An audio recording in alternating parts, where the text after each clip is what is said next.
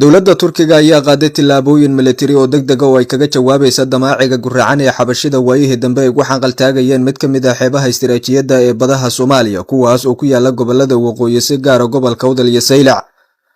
Warshaha Turkiga ayaa soo dadejinaysa kadib heshiiskii militari ee xoogana ee difaaca ay la saxatay dowladda federaalka ee Soomaaliya. taasina waxaa barbar socday tillaabooyin diblomaasiyadeed oo xoogan iyo dadaalka ay madaxda qaranka bixiyeen in laga gaashaanto xabashida inay hirgeliso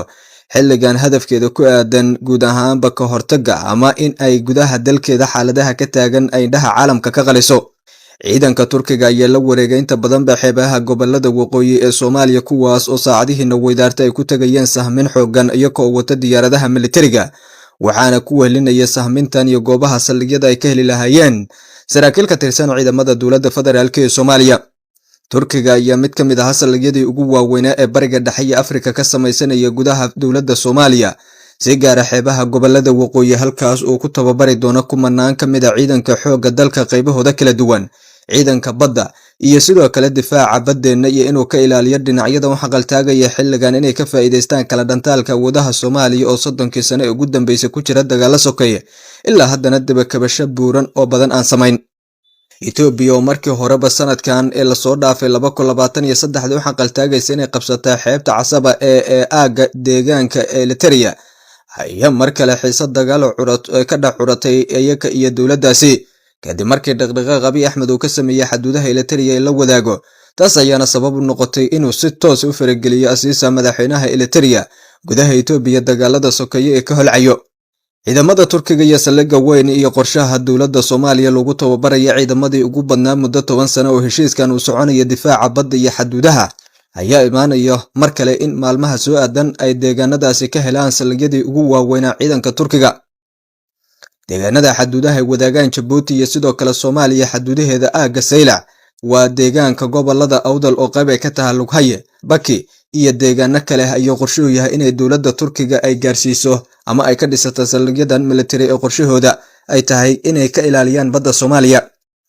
dowladda Turkiga waxay ka mid tahay saaxiibada ugu waaweyn ee xilligan Soomaaliya dhinacyo badan ka garabsiyo qorshaha militari iyo howlgalka difaaca ee xilligan lagu fashilinayo damaaciga guracan ee xabashida ayaa imaanaya xilli ay dowladda Soomaaliya tillaabooyin diblomaasiyadeed ee saxaha caalamka xilligan kaga adkaatay Ethiopia taas oo caalamka cadaadis ku saaraya inuu si degdeg ah Abiy Ahmed uu kaga noqdo go'aanada qariska turnimadaha oo lagu macneeyo kuwa caalamka xilligan lid ku ah nabadoodana dhaawacayo.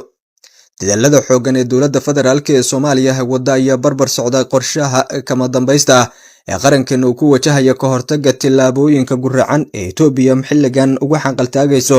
in ay badda Soomaaliya xoog ku qaadato. saddex sababood ayaa ugu weyn go'aanadan ee qaata Abiy Ahmed oo mar kale halis gelin kara guud ahaan jiritaankeeda. watan koobaad in uu xaaladaha adag iyo dagaalada ka socda gudihiisa qowmiyadaha kala tagay oo markaan aan la ogeyn sida isugu soo dhawaan karaan oo ka bixiya dagaalka gudahooda una jiheeya dalalka dariska ah taasi oo u arko inay tahay mid caalamka xaggaasi indhahooda ay qabanayso. waa qodobka labaad in riyada xabashida ee helitaanka dekad ay ka dhabayso taasi oo la ogeyn sida ku rungeli karto. tan saddexaad ayaa ah in Ethiopia uu doonayo Abiy Ahmed in uu ka dabaasho marxaladaha adag ee gudaheeda ku jiro jamhadaha iyo kooxaha qowmiyadeed ee iscunayo taasina ay tahay kaliya waxa xilligan kaga baxi karo in uu qaado tillaabooyin waaweyn oo uu kaga gaashaamanayo guud ahaanba fashilinta iyo sidoo kale in dagaalada gudihiisa ay sii socdaan.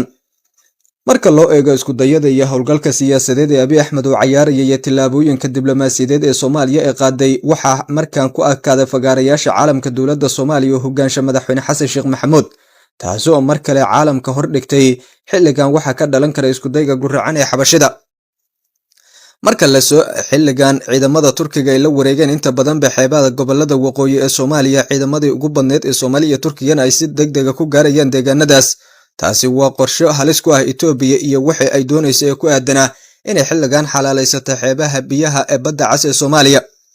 heshiis beeneedka ay wada galeen Somaliland hogaamiyahooda iyo sidoo kale ra'iisul wasaaraha Ethiopia Abiy Ahmed ayaa mar kale caalamka indhahooda ku soo jeediyay xabashida taa oo horseed u noqotay in ilaa iyo hadda ay dhexdooda ka socdaan dagaaladii ugu cuslaata oo cabsi laga qaba in ay saameyn ka adag 1991 Soomaaliya halka ay tagtay gasho. dagaalada xoogan ee gobolka Amxaarada ka socda ayaa baahay dhinacyadaas jamhadda Faanana waxay ku hanjabtay inay guud ahaanba hawada deegaanadaas aysan adeegsan karin diyaaradaha Ethiopian Airlines oo ay ku eedeeyeen inay daadgurayso ciidamada ku dagaalamaya ee federaalka. sidoo kale jabhadan ayaa qabsatay magaalooyinka ugu badnaa oo qaarkood 200 oo kiiloomitir oo kaliya u jira caasimadda Itoobiya kana ag dhawaada xuduudaha amniga magaalada Addis Ababa laga ilaalisho. marka loo eego Tigreega oo dib habeyn ballaaran isku sameynaya tilmaaman inuu Abiy Ahmed uusan dhaqan galin heshiiskii Victoria lagu galay dalka South Africa iyo kooxda Oromiya oo dhankeeda gashay diyaar garow xooggan waa mid ka mid ah marxaladaha maareynta u baahan oo Abiy Ahmed uu la daala dhacaya balse uu doonayo inuu xilligan sida ugu dhaqsiyaha badan dagaalka gudihiisa oo saaro dibadda si gaar ah Soomaaliya oo xilligan u arko in uu ku jeedin karo ama uu qiiro wadaniyada kaga heli karo dhinacyada iyaga soconayo. Itoobiyaanka ma ahan dad isku isir iyo isku diin ah, taas ayaana sabab u noqon karta inay awood midaysan oo qowmiyadeed uusan heli karin xabashida maadaama uu kala dilay siyaasad ahaanna xilligan uu kooxihii ugu awoodda badnaa uu isku adeegsaday oo iyaga dhexdooda ay dagaalameen. dowladda Soomaaliya tilaabooyinka ay qaaday qorshaha looga gaashaamanaya dhagarta Itoobiya ayaa horseed u noqotay in madaxweyne Xasan Sheekh Maxamuud kulamo miro dhal oo la qaatay dhigiisa dalka Turkiga lagu jeexjeexay in xilligan ay tahay muqaddis ilaalinta biyaha Soomaaliya iyo dhowritaankooda sidaa daraaddeed aysan marraba riyoobi doonin isku dayga Itoobiya taas oo u dhigan in mar kale uu guul daraystay Abiy Ahmed.